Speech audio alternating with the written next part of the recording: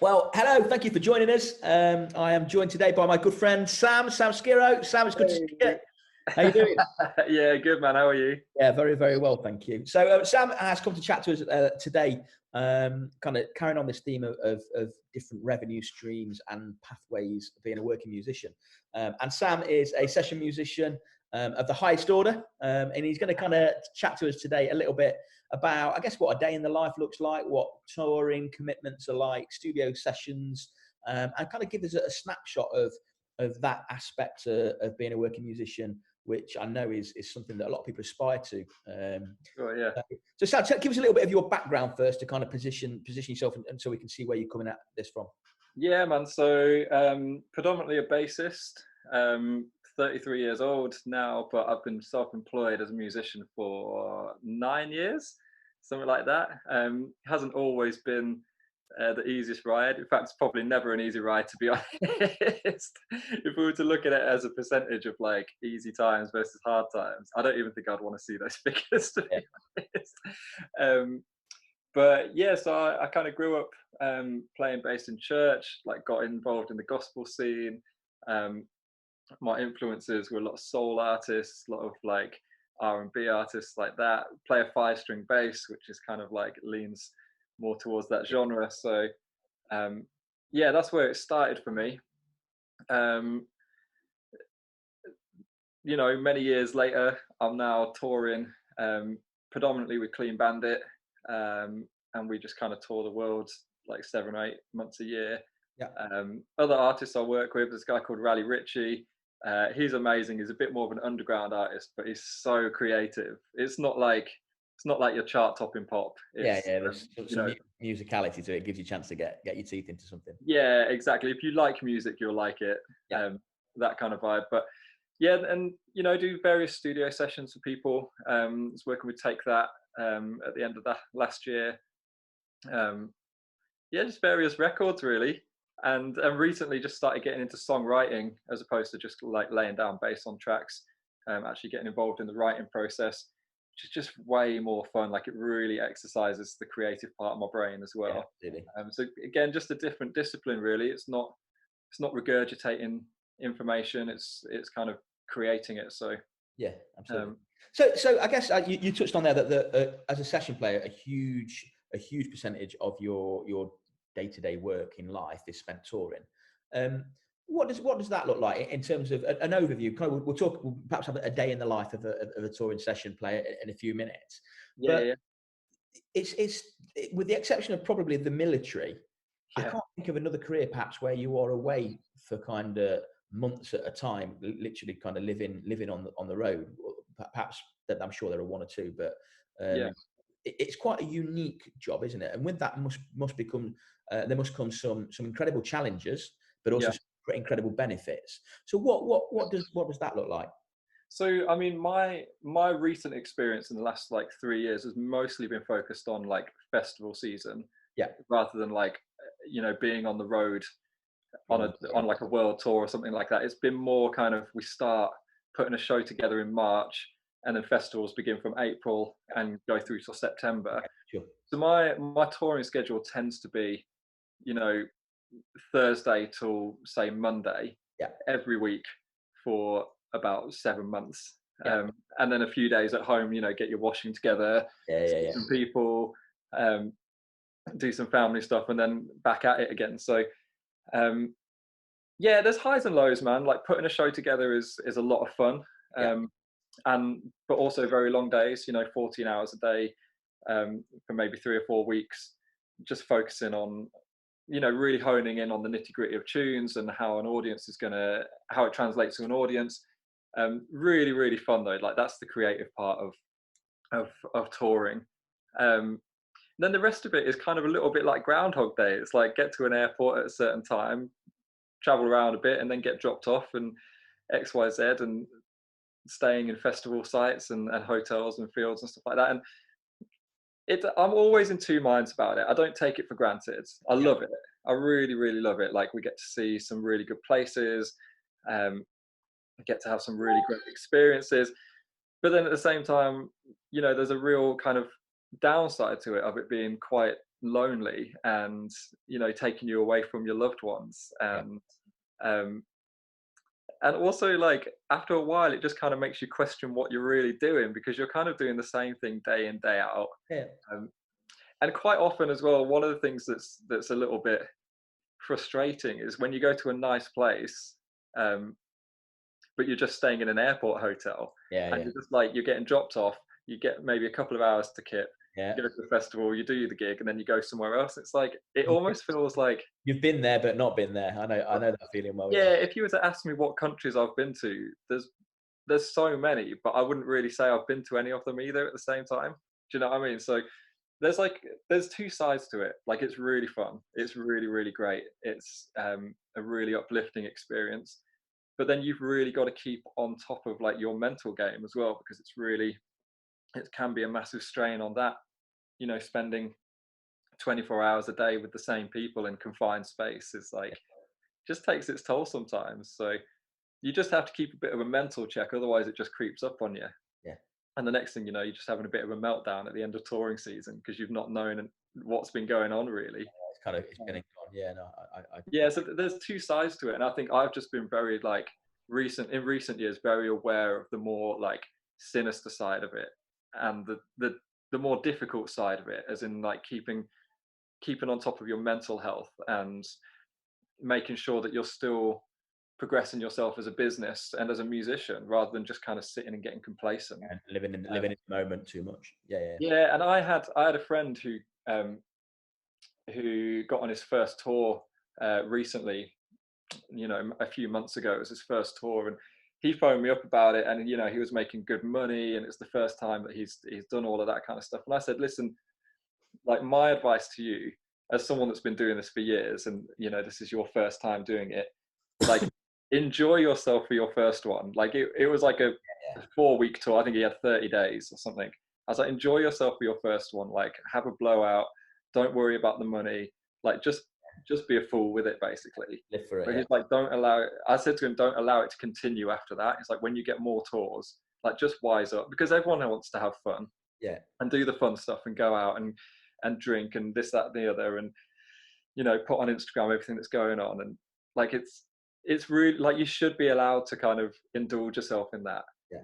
But I said to him, I was like, just once you've done that, then just get sensible, start putting your money aside, think about your taxes, think about this and the other, and think about how you're going to progress onto the next job and stuff. And I felt like a bit of a boring dad talking to him about it, but at the same time, I think that's solid advice. It's good advice, and again, that's the purpose, I guess, of doing these webinars, to give people an insight into it. Not necessarily people that are starting out, maybe people that are in the early stages, kind of the embryonic stage of their session music career. Well, someone said to me, actually, I remember this from years ago, when they got their first job. It wasn't even a music job. They said to me when I got my first job, which was at Pizza Hut, when I was like 18, they're like, your first paycheck, just blow it all on whatever you want, like buy yourself a nice watch or like anything you want, because you will never get your first paycheck ever again. Yeah. So this will be the only chance you can do it. And I think I kind of have that advice for people that get on their first tours. It's like, just blow it, man. Like, do what you want, be an idiot, and then just wise up for the next one, because you'll never have your first tour again. Yeah, absolutely. No, that's good counsel. I like it. Listen, going back a few minutes, you mentioned kind of putting a show together and how much fun that was. Yeah.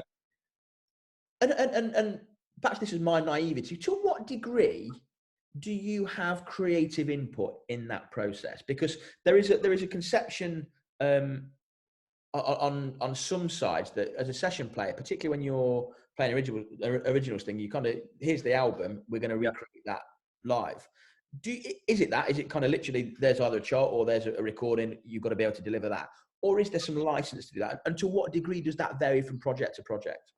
Well, yeah, it is different for every project. For example, if it's a brand new artist that no one's ever heard any of their songs, there's no point in putting like new arrangements on everything, because your audience won't have heard like the original arrangements, let alone like some fancy like gospel chops, big outro with horns and all of that. Yeah, you know what I mean? So, absolutely. But if you're a more established band, like Clean Bandit, for example, like, we change up their songs and the way they sound and do different arrangements or different remixes of them, because people know them, they've heard them on the radio, and they're coming for a different sort of experience. So it's a different brief really for that band. but my thinking for any rehearsal or any sort of like putting a show together is to come with ideas, Yeah. because generally speaking, people want ideas. Like, you're in a room full of creative people, so like sometimes the brief is boring, like let's just play this to the track exactly as it is, create the exact same sounds, create the exact same blah blah blah, have it exactly 3 minutes long. Yeah. Like sometimes it is that, but sometimes there is license, or there's time to like get excited about it and be like, oh, should we put an outro on this, or should we change the intro or change up the feel for the second verse or something like that. And if you come with ideas already in your head about it, then generally speaking they're pretty well received, Yeah. in my opinion. So I always I practice the track exactly as it should be, like inside out and backwards. I learn other people's parts so that I can talk to them about it. Like, I'll learn a drum pattern, Yeah. keys part. Like, I really go to town on what I learn, just so I really know the song. And then on top of that, I'll be like, right, here's an idea for like a feel change in the verse or in the bridge, or like here's an idea for a reprise at the end, Yeah. or something like that. And it's never been badly received. Yeah. I think there's only been once in my life where it's just been like, no, we're not doing that. Yeah. And I didn't even feel like it was a personal attack. I was just like, Yeah. fair enough. Like, it's not my place to bring these things. It's the place of a musical director. Yeah. So they have the final word, but still, as a creative, you can bring your ideas, because that keeps it fun as well. So yeah. So in terms of kind of, you touched on this again when you were talking about kind of touring collectively. On a typical gig day, so let's say you're doing a festival, kind of late afternoon somewhere in the world. Yeah. What does the day look like? You kind of, presumably you get up. What time? Talk us through that. Well, I'm an early riser naturally anyway, so I'll be up at like 8. But everybody else, eight's not early. I just did like a kid, did it? So, but I'll be up at 8 still, whereas everyone else might, you might start seeing people at like 1 or 2 in the afternoon. But Okay. I can't do that. I don't like wasting my mornings. But there is a lot of hanging around, to be honest. One thing I like about playing festivals, or like touring in general, is that it makes you realize the basics that you need. So normally, like, this is going to sound really like luxurious and entitled, but like, generally speaking, if it's a gig day or a tour or a festival day, like, if I can have a shower and a coffee before midday, then I'm just like sick. it's like this, like, you'll get off the bus, and like, quite often you won't really know where you are. You'll be in a place that looks very similar to the place you were yesterday, but it's slightly different. So you don't know where there's catering, you don't know where, like, what time catering's on, you don't know where the toilets are, where there's a towel for your shower. So it's just like all of those little things. And you're like, if I can get a coffee and a shower and feel clean by midday, then that's a solid day. A lot of hanging around.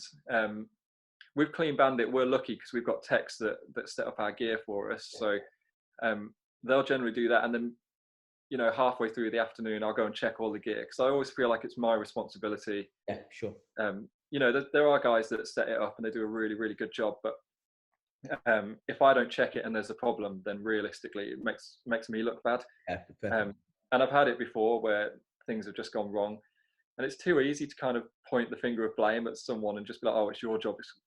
Wrong. Like, really and truly, it's my job. Yeah. It's just that I'm fortunate enough to have other people to set it up for me. But then, touring with Raleigh, for example, we don't have text, so the afternoon's a bit more hands-on, setting up your gear backstage, checking it. Get some lunch, make sure that you're well slept and ready. I always feel like the gig day, like the whole day, is just about prepping for the actual show itself. Yeah. And getting yourself like in a good mental state and a good physical state for it. And that's like, I'm kind of into just like zenning out, really. Yeah. Making sure that I've just had a nice day. Basically, it's that, like, now I'm saying it, I'm just like, how luxurious is my job? Yeah, I mean, it sounds terrible. It sounds terrible. But then sometimes it's a bit more grueling, if I'm honest. Like, sometimes it will be, get to an airport at 5 a.m, fly in, have a 2-hour journey in a van to the festival site. Then you've got maybe 2 or 3 hours to get some food, get a coffee, get your gear ready. You do a gig, and then you're off back to the airport to go to another place. So sometimes it can be a bit more grueling and a bit more like like back to back flying and gigging. How do you find it from, and you touched on this again, the physical aspect of it, because it's very, very easy when you're on the road, and I know this from my previous life, that when when you're living on cane, it's fairly easy to eat a lot of crap and not. Yeah. And do you find you have to really discipline yourself to do that? Yeah, you know what? The best thing to do is get people on side with you. If you get a team of people that are like, no, we're going to work out and we're going to eat good, yeah, and we're not going to drink as much, it's like, yeah, that's how you win. Collective accountability across it. Yeah, otherwise it's just, you're fighting a losing battle, man. Like, there's so many cakes everywhere. There's so much like free alcohol everywhere. You can't, man. But to be honest, like, speaking from experience, if you've got a long stint, then you can't keep it up, man. And you've got to pace yourself. You've got to keep yourself healthy. Otherwise, you're just going to fall apart. And it's horrible, man. You'll get poorly. You'll get sad.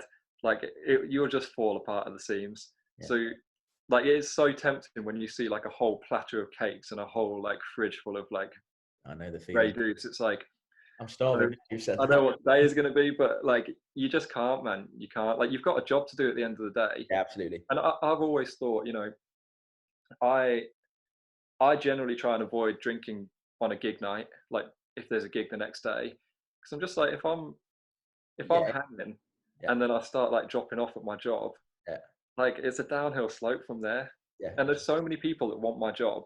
Yeah.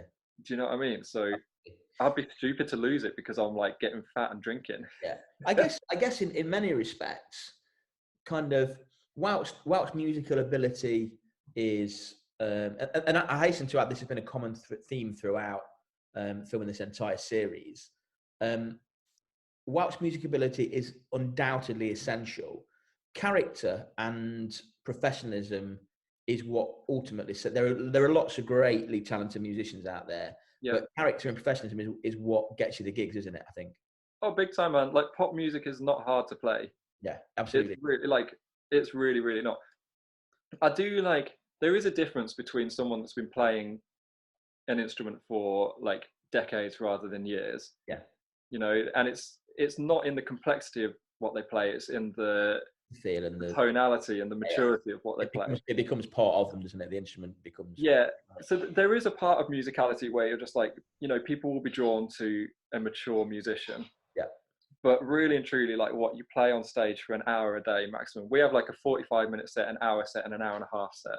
So on a bad day, we're playing an hour and a half of music. I say a bad day, you know what I mean? But a good day. Depends what you like. But then you've still got like 23 odd hours of time where you're just around people. Yeah. And if you're a dickhead, then no one's going to want to be around you. And trust me, like, I've been on tours where there's people that they're amazing at their jobs, but they're just awful hangs. Yeah. Like, or not even like they don't have banter. Like, they're just horrible people. Yeah. And you're like, we don't want that on a tour. Like, everybody's got to club in and work together. Yeah. Otherwise, it makes it toxic for everyone. So. Absolutely. You talked about gear, and I don't want to kind of get into the intricacies of brands and things like that. But obviously, in order to do your job well, gear plays a huge part in that. And to what advice would you give surrounding equipment for? And I'm not on about kind of what your favorite and most prized possession is, your favorite guitar or your favorite keyboard or favorite bass, whatever. Yeah. But in terms of gear, are there some kind of overarching principles that you operate to in terms of what gear you'll use? My first principle would be check your own gear, like before you take it out on the road, while you're out on the road, all of that kind of stuff. Because again, it just reflects badly on you. If you rock up and your keyboard's broken, and you're like, oh, I didn't know it was broken, or it was working before, whatever excuse you have is not an excuse. Yeah. If it's broken, and it's your gear. My other advice for that would be know your gear as well. Because quite often you'll just be on the spot in a rehearsal asked to do whatever, like put a reverse delay on your guitar. Yeah. Like, can you do that without having to go on Google and look on the on the manual? Or can you make your 808 sound on your synth? Yeah. Like, can you pitch modulate it? Like, that was literally something I had in a rehearsal. And if I didn't know those terms, I'd just be like, Yeah. I don't know what to do. So it's important that people know kind of every parameter of the equipment and they can use it to its absolute potential. Is that? Yes. And also the other thing is bring the right gear as well for the right gig. So I remember doing a gig where I rocked up with my 5-string, and it's an active bass, and that's a very particular sound. It kind of fits in line with like the R&B sound, and it just wasn't that gig. Yeah. And the musical director was like, "Have you got a 4-string, like a P bass?" Yeah. And I was like, "Oh, I do, yeah." He was like, "You need to use that," Right. and I didn't want to because I didn't like it at the time.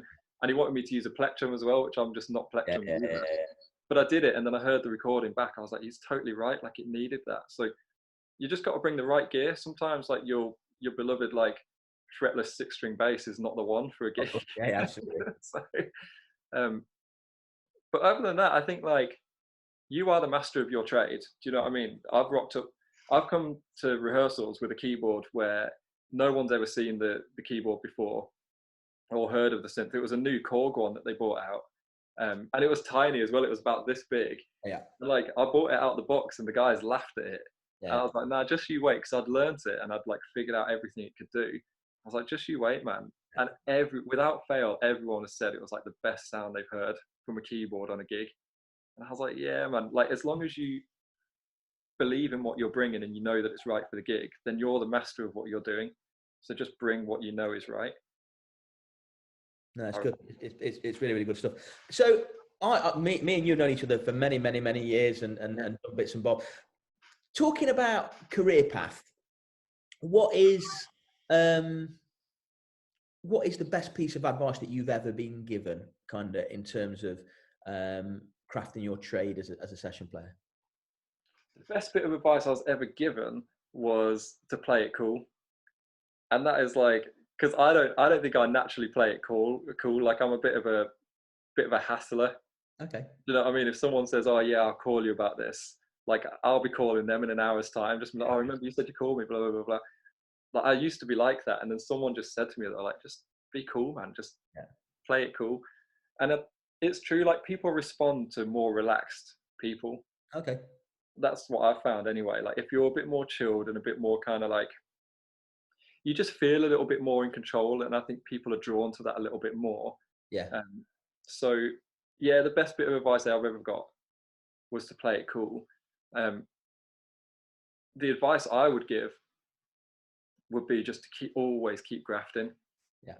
Keep grafting and be a good person, because people will remember you for being hardworking, and people will remember you for being like a good person to be around.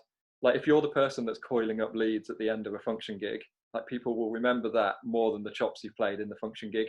Yeah. Do you know what I mean? So it's just like, just graft and be a good person. That's all it is. Honest to God, like your ability as a musician is like your last priority. It's like the 10% of what you bring. Really? 100%, man.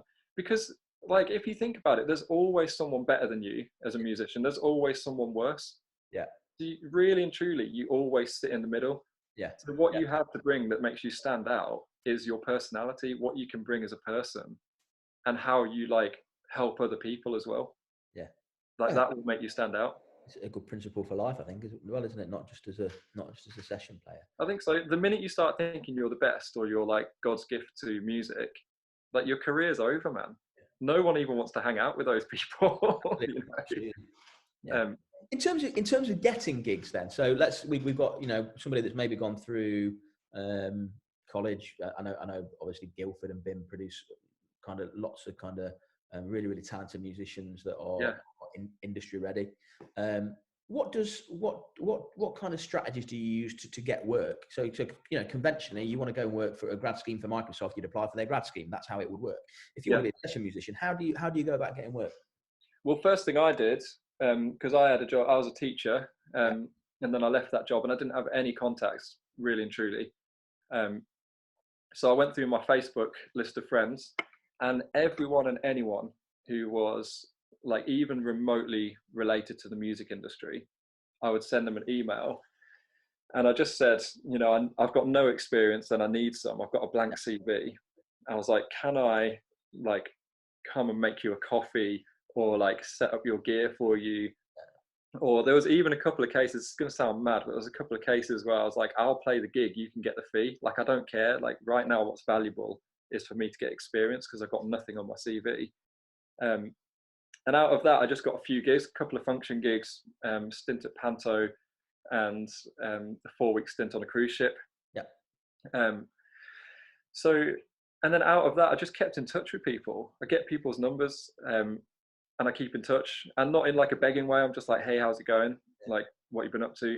Just making friends, basically. And then alongside that, I'd go down to jam nights, which I hate jam nights. I still hate them to this day. But I'd make myself go because it's like a hub of musicians that are either in the same boat as you or like further ahead than you. Yeah. So it's just a really good place to like hang with them, get their numbers, like buy them a drink. It's just a good hang, and you can play as well. And as long as you don't see it as like an audition or like a surefire way to get a gig, yeah, like it is just a good hang, and it's a good chance to play music with people. And I don't know, like those are the things that have worked for me. But I think the most important thing is to get people's numbers and chat to them. It's kind of like dating, man. Yeah. And just keep in touch and like be a normal person and be friendly. Do you know what I mean? And how do the doors open? So talk us through one of your pro gigs. How is that kind of doing what you just talked us through there? How has that opened doors for you? Sorry, say the question again. You talked about those kind of strategies for keep getting numbers and kind of doing the jam nights and all the things that you said. But how have doing those things opened the doors for you into kind of professional contracts and gigs?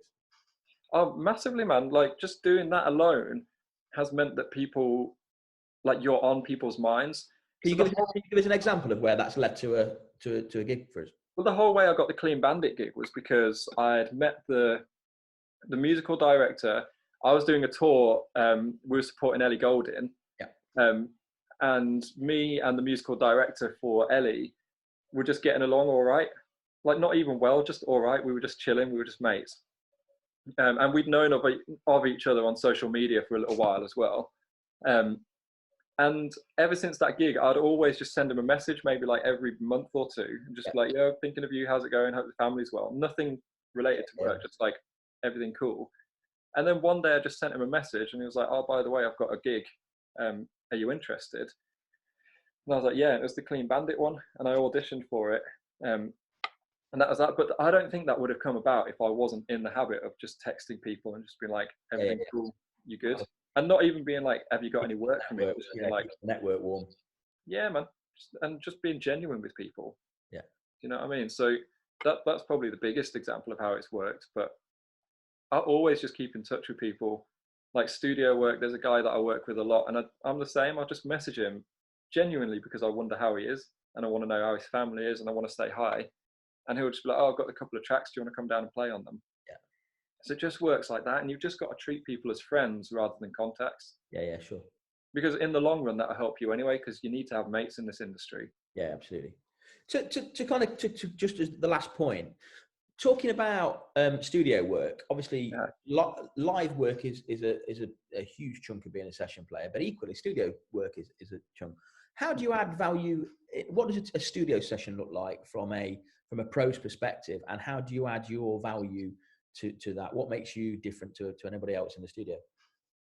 Yeah, so I think with studio work, first of all, if I'm asked to come and do a studio session, I don't know if everyone does this, but I always ask for the track in advance. Okay. Because I want to listen to. I don't want to be put on the spot, because if I'm put on the spot, I'm not playing my best. Yeah. So I always ask for the track in advance, and then I think there's certain things that will make you stand out. I say this to all of my students, to be fair. There's two things that will make you stand out as a musician. That is tone and feel. Okay. And those are the things you'll be hired for. Yeah. Because, like, again, listen to pop tracks and listen to the top 10 of pop tracks. No bassist is like absolutely raging it up. Yeah. Like not since Motown have people been raging up really and truly. So you don't need to be a raging player.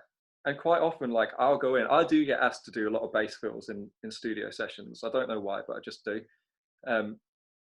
But quite often, like if I ever overplay in a studio session, they ask me to do a simpler take anyway. and that's what gets used, or it get like more complicated take will get cut up so it's less complicated or something. So really and truly, the things that stand out and the things that people want are good tone and good feel, and that will make you stand out against any sort of plugin or any like fake bass or fake instrument or something like that. And creativity as well, that's the third one for sure, because everyone wants to hear something new. Yeah. And I remember I did a little, it wasn't even a session actually, my friend had put on a track, I'm not going to name drop with it, but he'd put on this track in his studio, and I just got on the piano and started playing a couple of chords, and he was ready to throw the track in the bin, and he heard the chords, and like we're still working on it now. He's like, yeah, this is a track, man, it's a hit. So I know people like creativity. That would be my approach to studio sessions anyway, and come prepared. Again, same as live, come with ideas. Like I always come with like thoughts of how I can play it simple and complicated. Yeah, absolutely. Sam, listen, I'm conscious of our time together, but listen, it's really, really good to see you. Yeah, man, likewise. Not so long next time, but thank you for taking the time out. It's been a brilliant insight. I've really enjoyed it, and I know everybody watching will have done as well. So thank you very much for that. Mate, thanks for having me. And then we'll touch base very, very soon. But God bless you, mate. See you soon. Yeah, man, nice one, dude.